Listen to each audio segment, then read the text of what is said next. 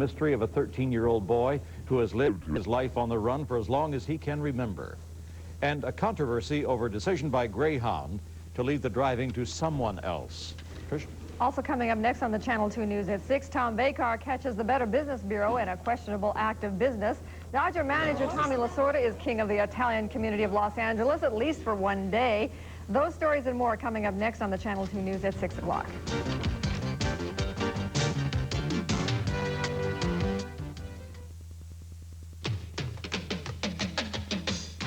This Sportscast is sponsored by Nissan Datsun Dealer Association of Southern California. Who was the first woman to drive in the Indy 500?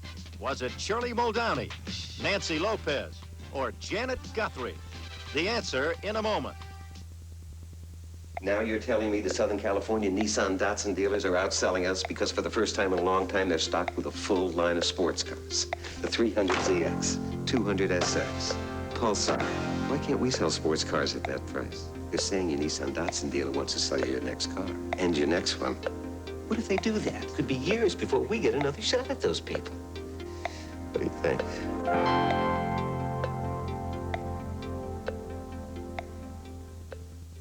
Nancy Lopez does her driving on a golf course.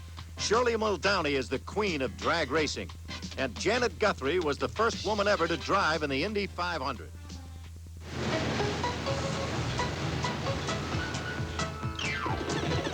Look out, Colonel Chicken. Barfon's at 12 o'clock. Take that, you mutants.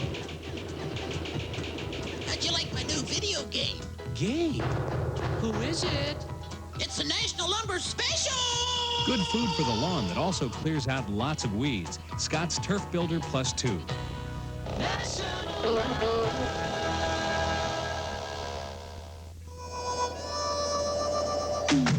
There's always something new down at Knott's Berry Farm. We got the all-new boom that's into rock and roll. Now look what's at Knott's. Come and see. There's something new waiting for you. Something new. Y'all come down to Knott's. See the all-new Boomtown, plus the legends in concert at Knott's. Ski the Rockies tonight at 7:30. This is Channel 2 News.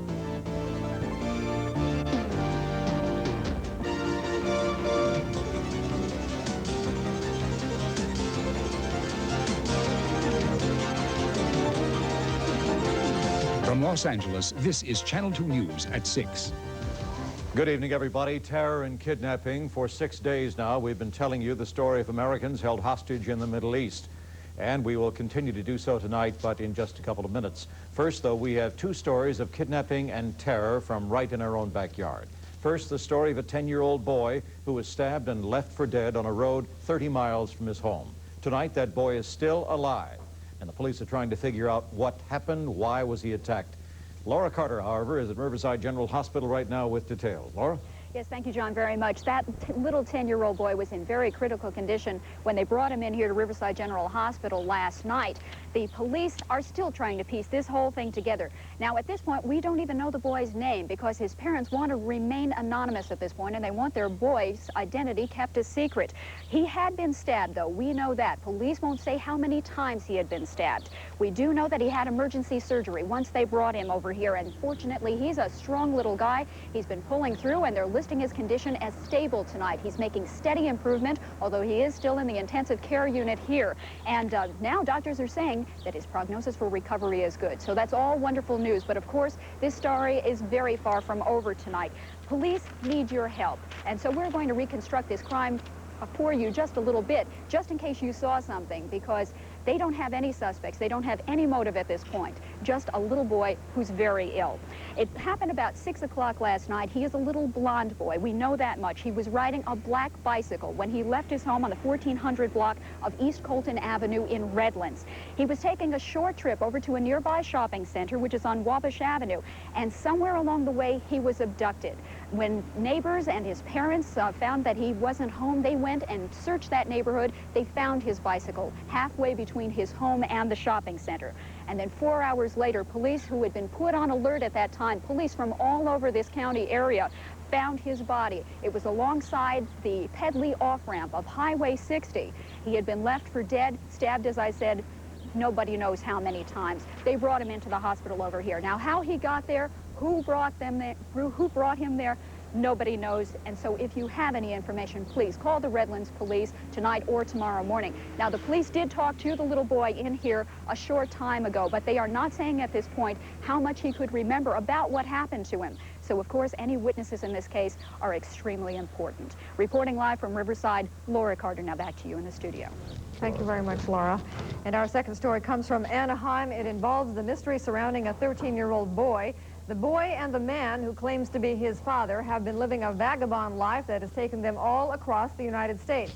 But tonight, Anaheim police say they don't believe a word of that story, and they are investigating the possibility that this is a kidnapping.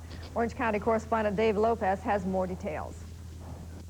He says his name is Yakamoki Mickey Nielsen, age 13.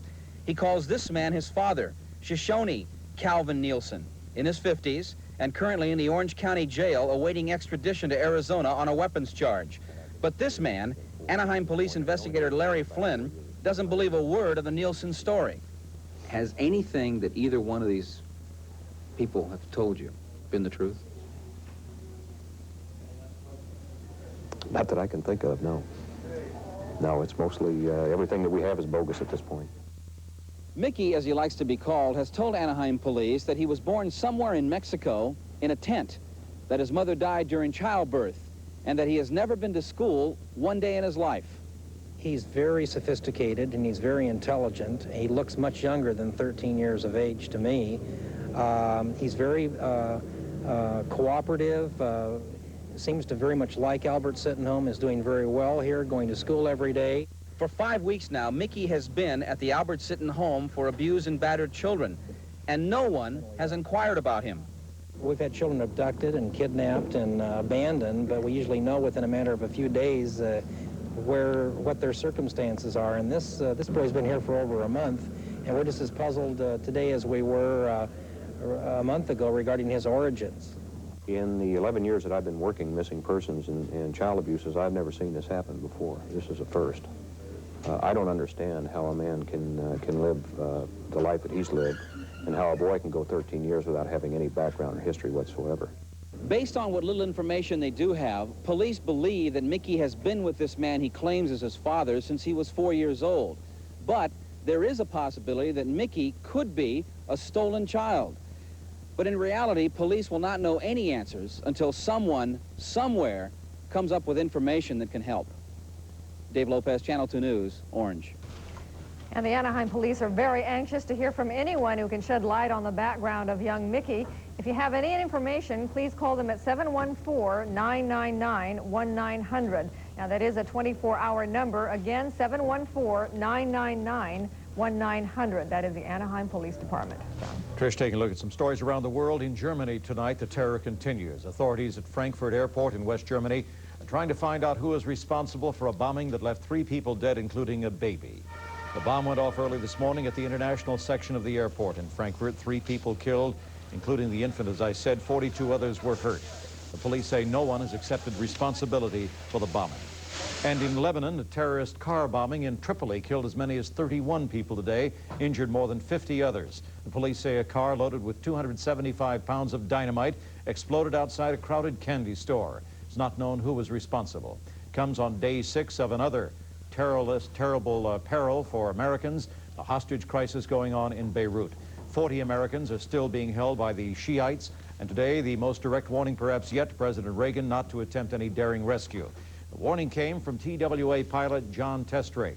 With a gun held to his head by one of the terrorists, pilot Testrake told reporters today that if a rescue were tried, quote, "I think we'd all be dead men." Testrake and 2 others in the flight crew are the only hostages still held on board the plane. 37 other Americans are now scattered throughout secret locations in Beirut. Most of them are reportedly out of the hands of the terrorists, the hijackers themselves. Testrake says, as far as he knows, those hostages are being well taken care of. Oh, we're in excellent condition. They've been treating us quite well. We have plenty of food and water. He looked just as calm as if he was sitting here, you know. He never gets excited or hysterical about anything. He just stays cool. Talks to free the hostages, meantime, continue, but the International Red Cross now says it will not negotiate an exchange of the Americans for Shiite prisoners held by Israel. In its first real action taken since the Americans were kidnapped 6 days ago, Pan American World Airways says it will not send any of its jetliners into Athens. That's where the hijacking of 847 began. Pan Am calls it a temporary flight suspension lasting at least until next Wednesday. It comes, though, in response to the president's suggestion last night during his news conference that U.S. airlines should stop flying through Athens. TWA is also studying the president's suggestion.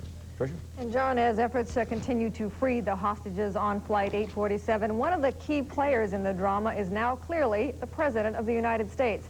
Political editor Linda Douglas reports now on the frustrating situation confronting Mr. Reagan, one that his predecessor knew only too well. Linda. Well, Tricia, you might remember that one of Ronald Reagan's most powerful campaign themes last year was, "America is back." That meant in part that America is back standing proud after the dark and humiliating days in which 52 hostages were held in Iran. But now suddenly, Mr. Reagan has found himself, like Jimmy Carter, caught up in an unpredictable and debilitating crisis. A crisis which could potentially change the political climate in this country. Though public opinion now is behind Mr. Reagan, he is no doubt aware that public reaction is building. It's very frightening and very maddening. I'm very angry about it. I'm very upset. You know, I'm surprised that I'm as emotional as I am. I'm as frustrated as anyone.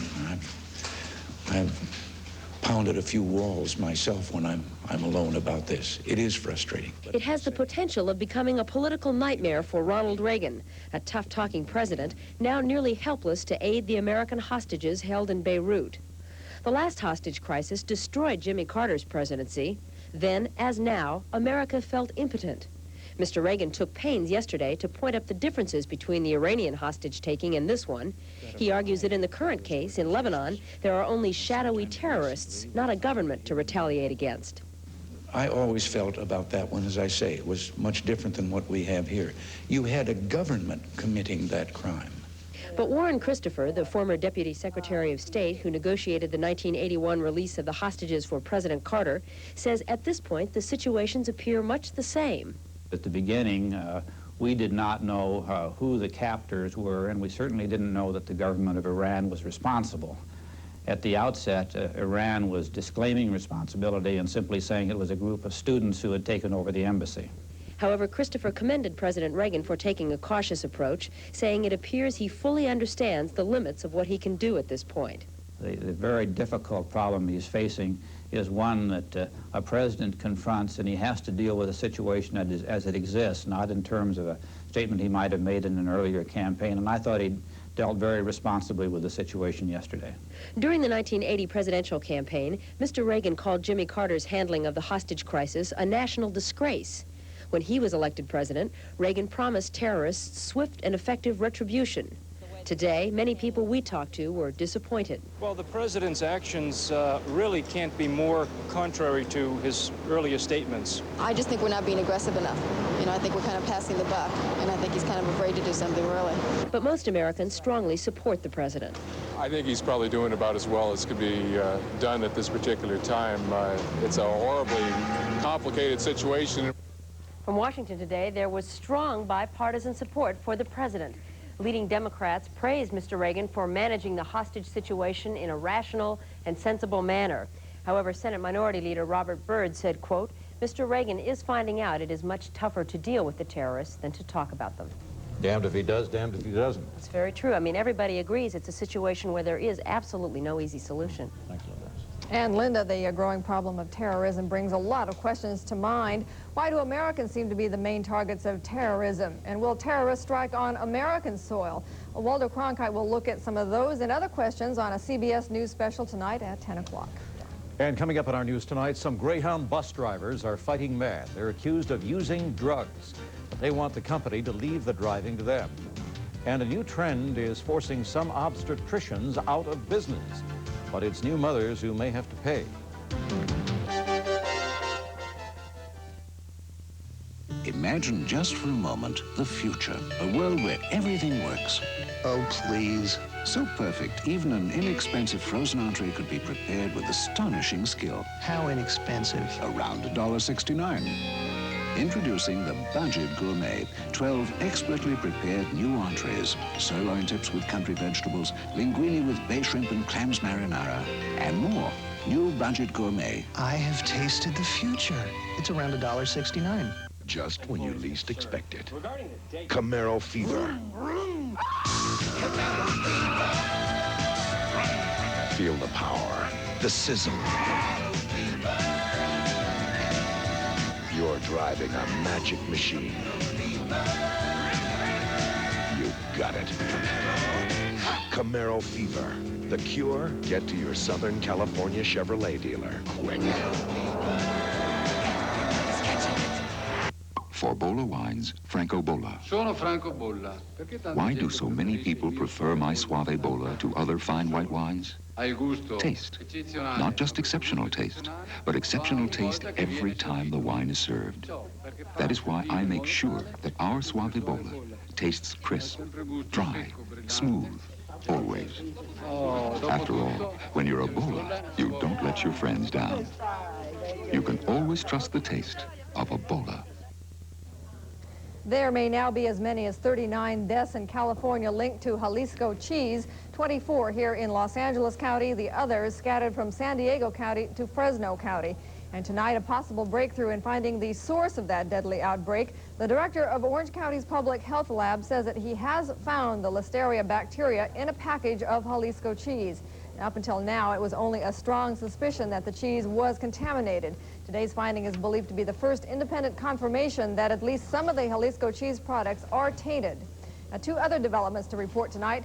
First, money problems has forced Jalisco Mexican Products to lay off about 100 workers at its Artesia plant. Jalisco officials say they just cannot meet the payroll right now. And also today, the first lawsuit over the tainted cheese. A Los Angeles couple filed a $2 million lawsuit against Jalisco, claiming the contaminated cheese caused the death of their 2-day-old child. A dispute over drivers and drugs is hitting Greyhound tonight. Greyhound has been conducting lab tests on its employees to screen for drug use. But some drivers say there have been serious mistakes in this testing program, mistakes that they claim have cost some drivers their jobs. The story tonight from Pam Moore. Gary Baldwin says his life is falling apart. He's facing eviction, his bills are piling up, and his integrity called into question. Urine tests at his job turned